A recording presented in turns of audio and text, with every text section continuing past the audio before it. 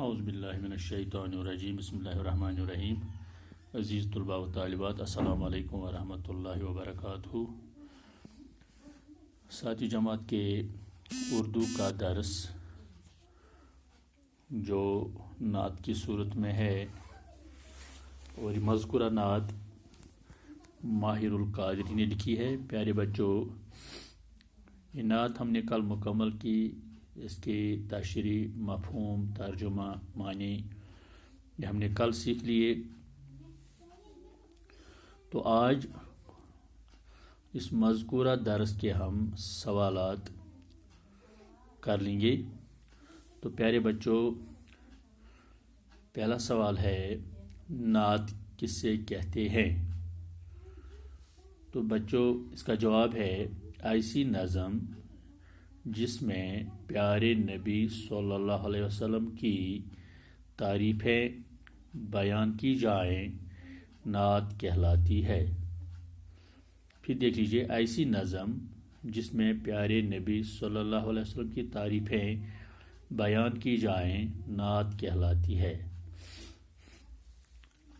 اب دوسرا سوال ہے، حضور صلی اللہ علیہ وسلم کو فخر آدمیت کیوں کہا گیا ہے؟ سوال نمبر 2 ہے. اس کا جواب ہے حضور صلی اللہ علیہ وسلم کو فخر آدمیت اس لیے کہا گیا کیونکہ آپ صلی اللہ علیہ وسلم نے انسان کی شان و شوکت کو وقار بخشا جو آپ صلی اللہ علیہ وسلم سے پہلے نہ تھا. آپ صلی اللہ علیہ وسلم نے انسان کے وجود کو عزت اور آبرو سے ہمکنار کیا. دوبارہ سن لیجئے پیارے بچوں دوسرے سوال کا جواب. سوال ہے، حضور کو فخر آدمیت کیوں کہا گیا ہے؟ حضور صلی اللہ علیہ وسلم کو فخر آدمیت اس لیے کہا گیا کیونکہ آپ صلی اللہ علیہ وسلم نے انسان کی شان و شوکت کو وقار بخشا جو آپ صلی اللہ علیہ وسلم سے پہلے نہ تھا.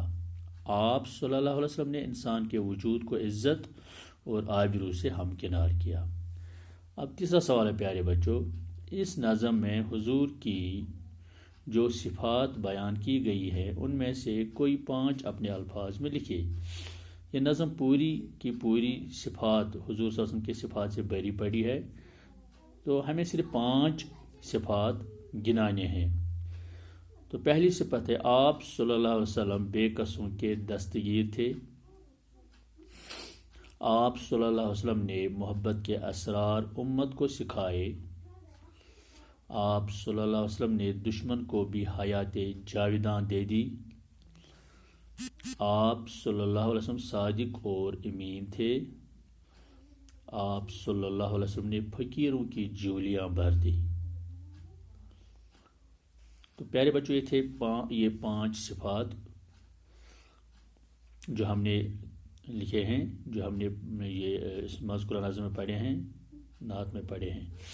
اب سوال نمبر 4 ہے، نظم کے آخری مصرعے کا مطلب اپنے الفاظ میں لکھیے. تو نظم کے آخری مصرعے میں ماہر القادری فرماتے ہیں کہ آپ صلی اللہ علیہ وسلم پر درود اور سلام ہو کیونکہ برے لوگوں کی برائی کو آپ نے معاف کیا اور فرمایا کہ یہ لوگ بھی میرے ہی ہیں. یہ سوال غور سے سن لیجئے پیارے بچوں. یہ نظم کے آخری مصرعے کا مطلب، یہ آخری مصرع ہے. آپ کو یہ معلوم ہونا چاہیے یہ آخری شعر نہیں ہے. ایک شعر میں 2 مصرعے ہوتے ہیں. تو آپ کو نظم کے آخری شعر کا جو آخری مصرع ہے، آخری شعر کا جو دوسرا مصرع ہے، اسی کا معنی آپ کو بتانا ہے، اسی کو اپنے الفاظ میں لکھنا ہے. تو نظم کے آخری مصرعے میں ماہر القادری فرماتے ہیں کہ آپ صلی اللہ علیہ وسلم پر درود اور سلام ہو کیونکہ آپ برے لوگوں کی برائی کو آپ نے معاف کیا اور فرمایا کہ یہ لوگ بھی میرے ہی ہیں. تو پیارے بچوں، یہ اس مذکورہ نظم کے آج سوالات ہو گئے. تو اس میں اب آگے جو ہے وہ ہے خالی جگہ ہیں. یہ خالی جگہ بھی ہم اسی وقت کریں گے. تو پہلی خالی جگہ ہے، سلام اس پر کہ جو ٹوٹے ہوئے ڈیش میں رہتا تھا. تو اس میں آئے گا حجرے میں رہتا تھا. سلام اس پر کہ جس نے ڈیش کے موتی بکھیرے ہیں، فضل کے موتی بکھیرے ہیں۔ سلام اس پر کہ دشمن کو ڈیش دے دی، حیات جاویداں دے دی۔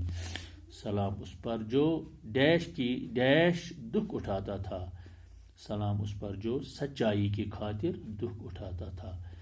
آخری یہ خالی جگہ ہے، سلام اس پر کہ جس نے ڈیش کی دستگیری کی، سلام اس پر کہ جس نے بے کسوں کی دستگیری کی۔ تو پیارے بچوں، جو میں نے سوالات کے جوابات آپ کو سنائے، دکھائے، آپ خود بھی کوشش کر سکتے ہیں، خود بھی ان سوالات کے جوابات لکھ سکتے ہیں۔ پھر بھی آپ کو ان جوابات کی فوٹو کاپی ملے گی، آپ ان کو صحیح طریقے سے، صاف طریقے سے تحریر کر لینا۔ آج اتنا ہی، خدا حافظ۔